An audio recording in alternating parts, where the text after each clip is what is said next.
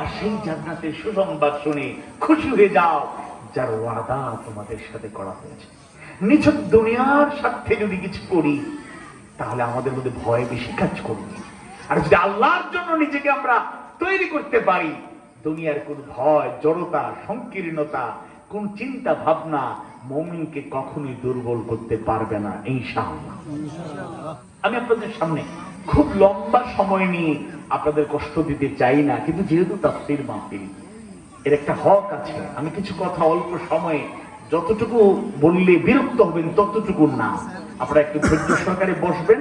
আমি একটা আয়াত, তাও পুরোপুরি না, আংশিক ওই বিষয়টা আলোচনা করতে চাই। দেখুন, আল্লাহ রাসূল সাল্লাল্লাহু আলাইহি সাল্লাম তার নবুয়তি জিন্দেগিতে এবং তার গোটা জিন্দেগিতে, 63 বছরের জিন্দেগিতে, আর স্পেশালি তিনি 23 বছরের নবুয়তি জিন্দেগিতে যে দায়িত্ব আল্লাহ তাআলা তাকে দিয়েছিলেন, 23 বছরে তিনি সেটা পরিপূর্ণরূপে পালন করে গেলেন।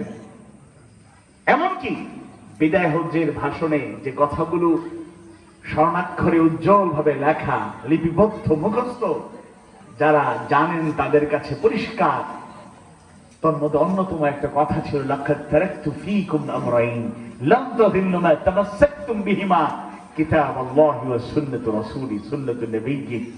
দুইটা জিনিস আল্লাহ তোমাদের রেখে যাচ্ছি, যদি আঁকড়ে ধরতে পারো, অনুসরণ অনুকরণ করতে পারো, পথভ্রষ্ট হবে না, হেদায়েত বঞ্চিত। একটা হলো কিতাবাল্লাহ, আল্লাহর কিতাব, আর একটা সুন্নতি, আমার সুন্নাত, বা বর্ণনায় সেটা সুন্নাতু নবিয়্যি, সুন্নাতু রাসূলি, আল্লাহ রাসূলের সুন্নাত। এই কোরআন এবং হাদিস সুন্নাহ আজও আছে। এটার মাধ্যমে আল্লাহ রাসূল হেদায়েতের সেই সৌন্দর্য রেখে গিয়েছেন, তার দায়িত্ব তিনি পালন করেছেন। আল্লাহ তাআলা তার রাসূলের ব্যাপারে আমাদেরকে কিছু দায়িত্ব দিয়েছেন। অনেক বর্ণনা আছে, যে আয়াত থেকে আলোচনা করব সেখানে 4টা দায়িত্ব। এই 4টা পয়েন্ট হলো আল্লাহ রাসূলের অধিকার আর আমাদের দায়িত্ব।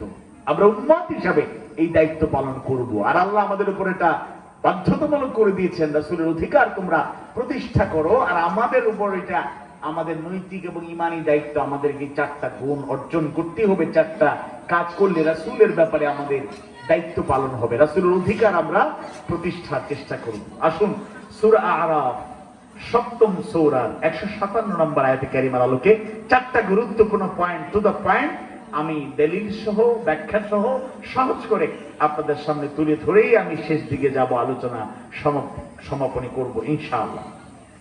সূরা আ'রাফ 7ম সূরা 157 নম্বর আয়াতে কারিমার শেষাংশে সুন্দরভাবে জানায় দেন, আউযু বিল্লাহি